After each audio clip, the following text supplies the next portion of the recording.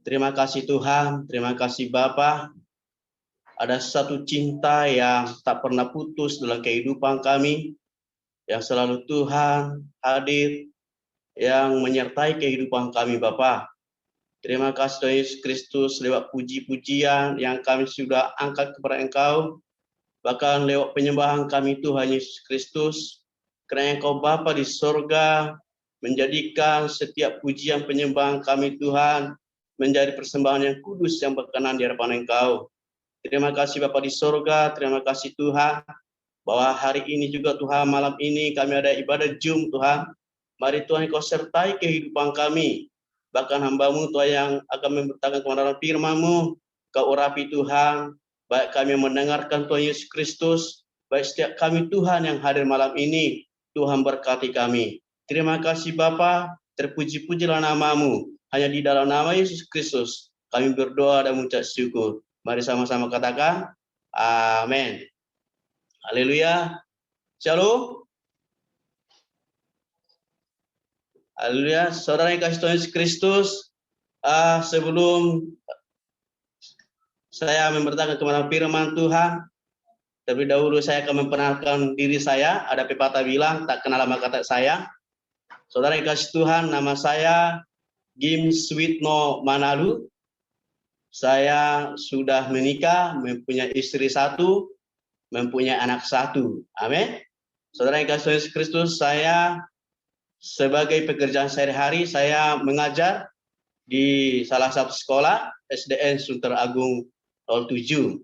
Saya mengajar pendidikan agama Kristen dan saya juga mengajar wali kelas. Pegang wali kelas 3 hari ini. Saudara kasih Tuhan Yesus Kristus, saya bersyukur kalau kita hari ini bisa bertemu lewat Zoom ini. Dan satu hal, saya melayani di Gereja Jemaat Kristus Indonesia GJKI, dan kita juga membantu pelayanan di Gereja Pentakosta Tanjung Priok. Nah, itu pelayanan kita saudara kasih Tuhan, dan bersyukur itu semua oleh karena anugerah dan pertolongan Tuhan. Dan saya juga bersyukur kepada hambanya, Bapak Pendeta Bandar Panggabean, yang sudah memberikan kesempatan untuk membawa renungan firman Tuhan, walaupun singkat malam ini, dan saya percaya itu semua oleh karena penyertaan Tuhan dalam kehidupan kita. Amin. Saudara kasih Tuhan Kristus, itu saja perkenalan saya. Saya tinggal di Pondok Kopi ya, nanti biar lebih jelas, Jakarta Timur. Kami tinggal di Pondok Kopi, dan kami juga di sini mempunyai rumah, walaupun rumahnya masih di garapan ya, saudara ya, dukung dalam doa, supaya status tanahnya juga nanti bisa diangkat menjadi tanah resmi. Amin. Haleluya. Itu saudara kasih Tuhan Yesus Kristus perkenalannya. Dan hari ini saudara, kita akan masuk dalam renungan firman Tuhan yang terambil dalam Roma 6 ayat 23. Saudara, saya akan bacakan untuk kita semua. Dalam Roma 6 ayat 23 dikatakan demikian, sebab upah dosa ialah maut, tetapi karunia Allah ialah hidup yang kekal dalam Kristus Yesus Tuhan kita. Amin. Saudara yang kasih Tuhan Yesus Kristus, saya mengambil temanya adalah berhenti mengulangi dosa yang sama. Saudara, akhir-akhir ini kita banyak melihat situasi dan kondisi yang terkadang tidak menentu, saudara. Dan saya melihat juga para hamba-hamba Tuhan hari ini, banyak mereka menyampaikan kebenaran firman Tuhan tentang jangan takut, jangan khawatir, Tuhan bersama dengan kita. Dan hari ini saudara, saya mengambil firman Tuhan ini mengenai berhenti mengulangi dosa yang sama. Saudara, sekarang ini kita melihat walaupun banyak hamba-hamba Tuhan yang kenal firman, yang tahu kebenaran, tapi saudara tidak luput dari dosa. Amin. Jadi saudara yang kasih Tuhan Yesus Kristus, di sini kita akan selalu setiap hari perlu ada pertobatan yang dari Tuhan. Walaupun kita sebagai hamba Tuhan, terkadang kita banyak melakukan kesalahan. Baik itu cara berbicara kita, baik itu cara pandangan kita, baik itu dari cara tingkah laku kita, saudara kasih Tuhan Yesus Kristus.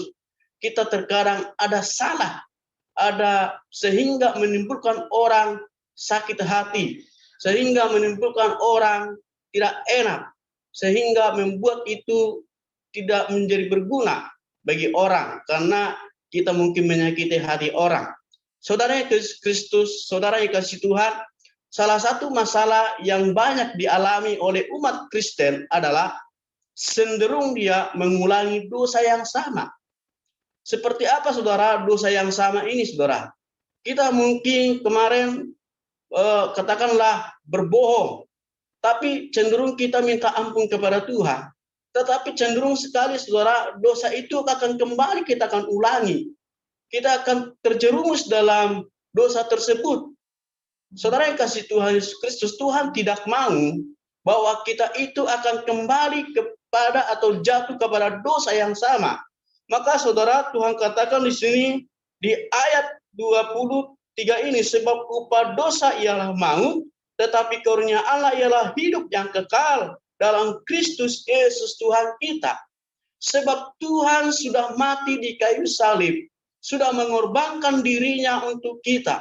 Dia sudah rela mati untuk kita saudara, maka Tuhan tidak mau lagi kita itu jatuh ke dalam dosa yang sama. Tuhan mau kita itu bangkit dari segala kelemahan-kelemahan kita. Kita bangkit dari segala kekurangan-kekurangan kita.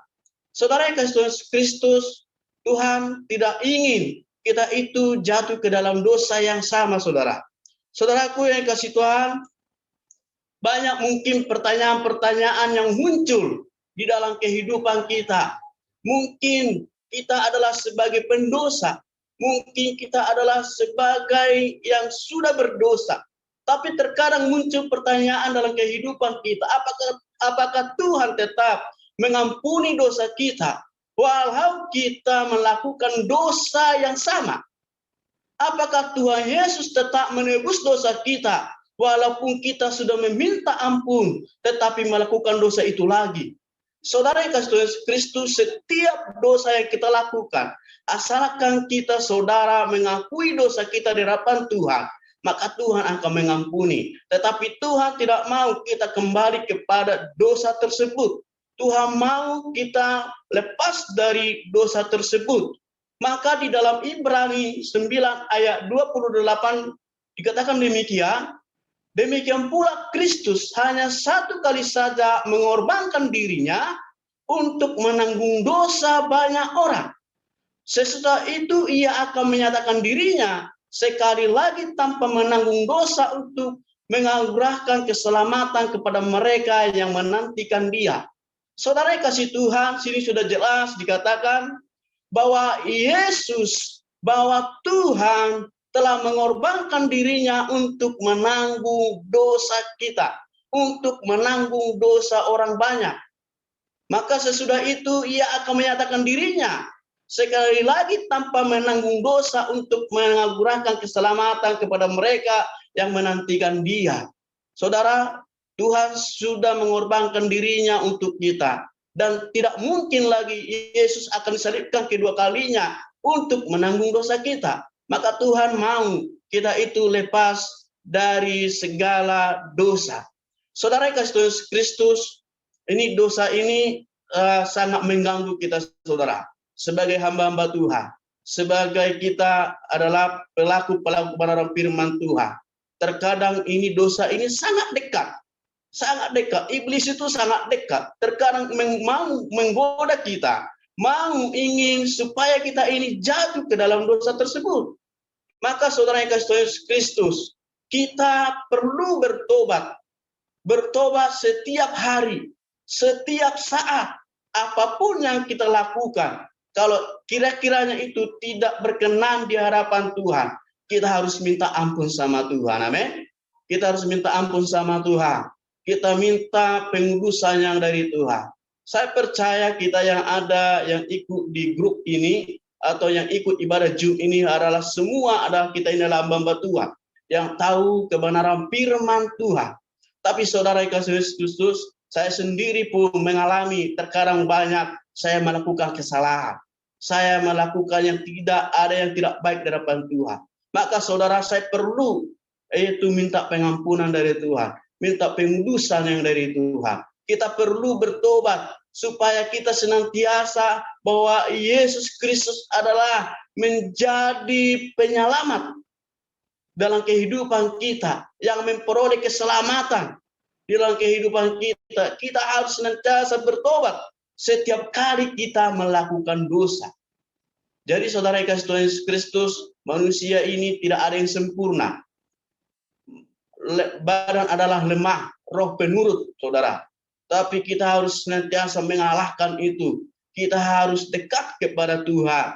Dan kita harus senantiasa untuk perlu bertobat di hadapan Tuhan.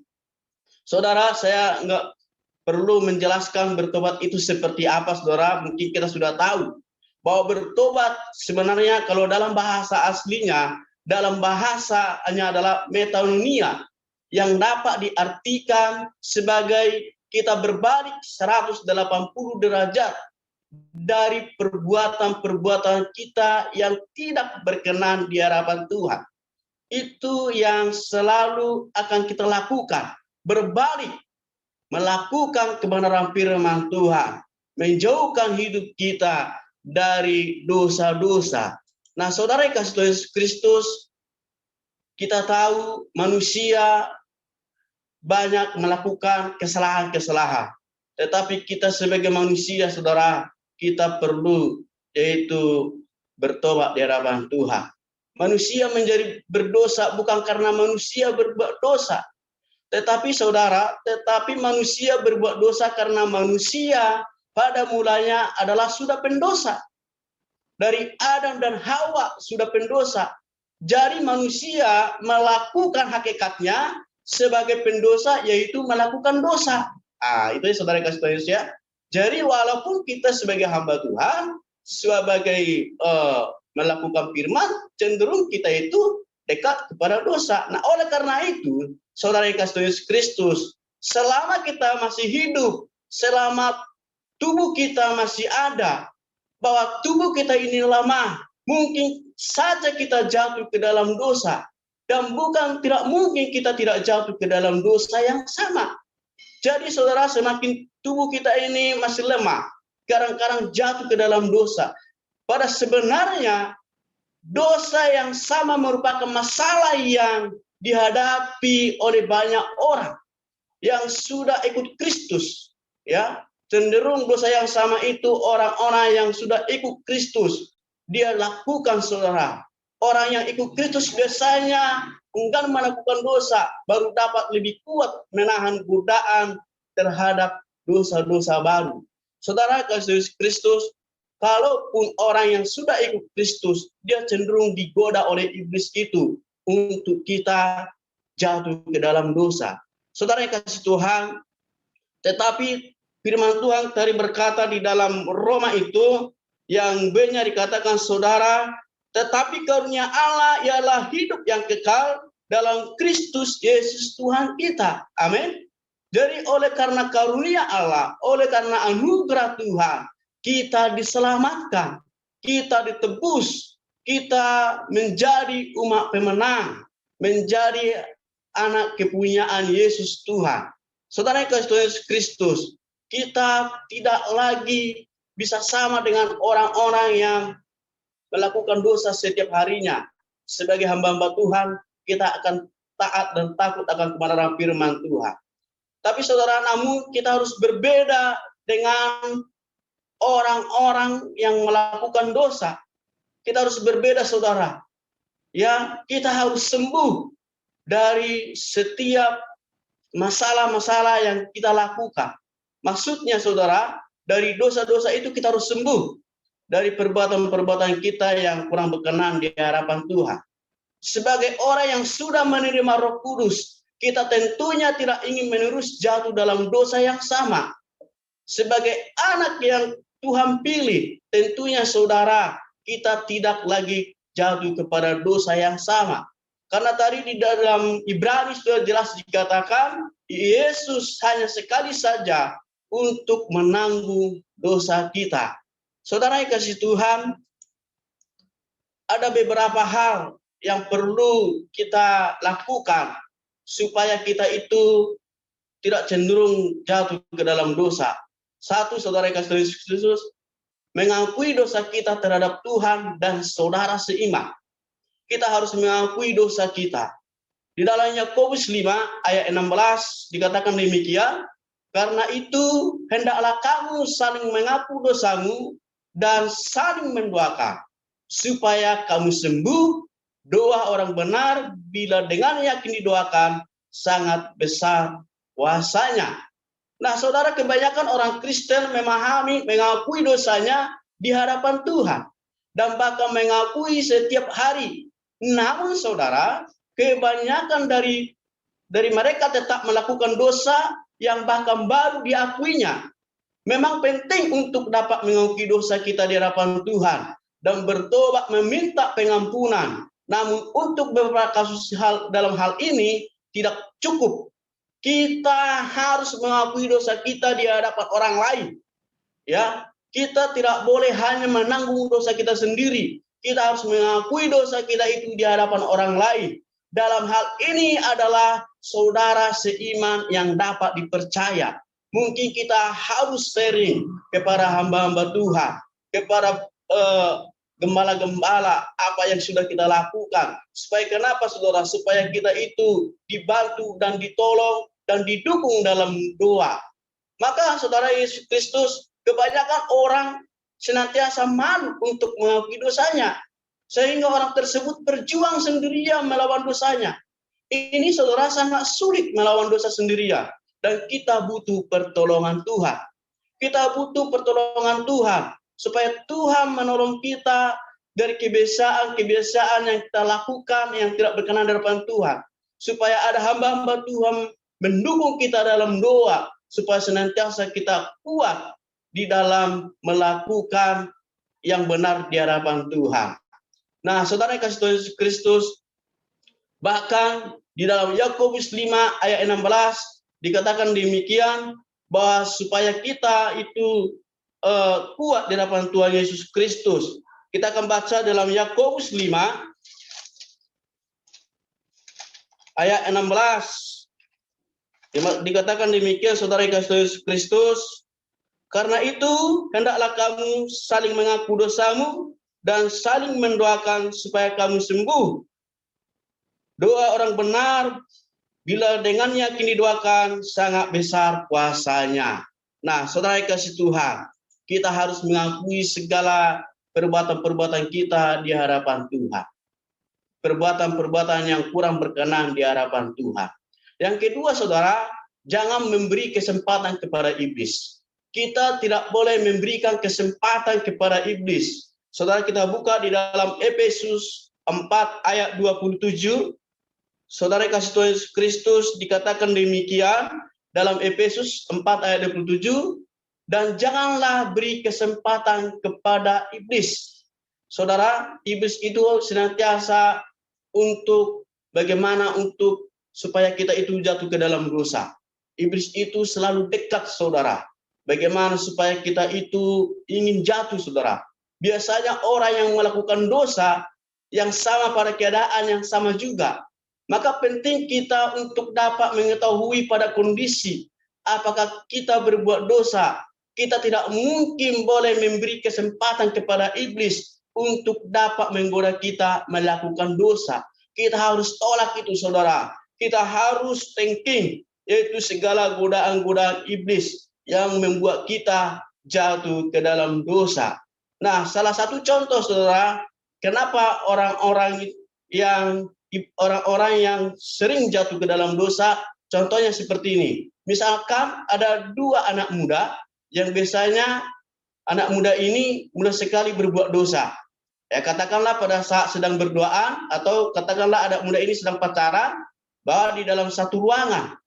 Dan ketika itu, saudara, iblis akan menggoda supaya mereka melakukan dosa. Nah, ini, saudara, iblis akan menggoda. Nah, di sini terkadang nanti anak muda itu tersebut akan jatuh ke dalam dosa.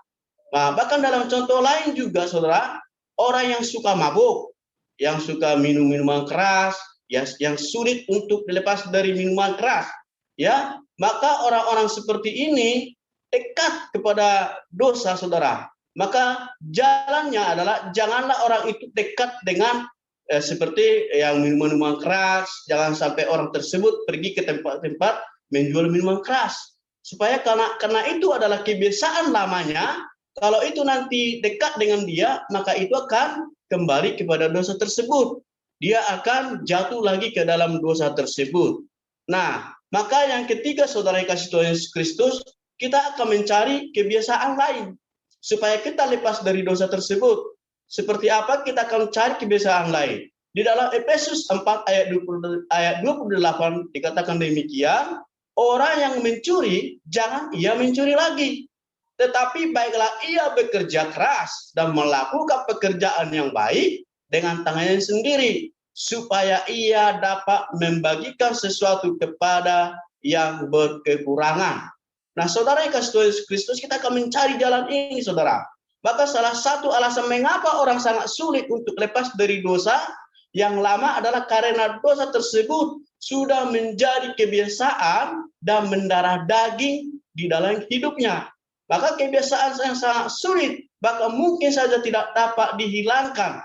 Tetapi kita harus percaya bahwa ada Yesus yang senantiasa menguatkan kita kalau kita berserah dan percaya kepada Tuhan. Saudara kasih Tuhan Yesus Kristus, maka seperti dalam ayat Efesus 4 ayat 28, orang yang mencuri bukan hanya disuruh untuk tidak mencuri lagi, tetapi kita harus perlu menasihatkan, ya, kita perlu memberikan dia pekerjaan. Dengan cara apa mungkin dengan cara mendoakannya supaya dia mendapat pekerjaan dan supaya dia tidak mencuri lagi dan supaya dia tidak jatuh ke dalam dosa tersebut. Nah, bahkan contohnya adalah orang yang sudah terbiasa merokok, ya. Kalau orang yang biasanya orang yang terbiasa merokok itu dia susah lepas dari supaya dia tidak merokok. Saudara, kita harus menyatakan supaya dia jangan kau merokok. Dia susah untuk bertobat nanti. Tetapi kita harus memberikan pengarahan. Seperti mungkin kalau tadinya dia merokok dalam satu hari itu adalah 1 bungkus, ya mungkin besoknya setengah bungkus, atau besoknya ada sekitar berapa batang, ya kan?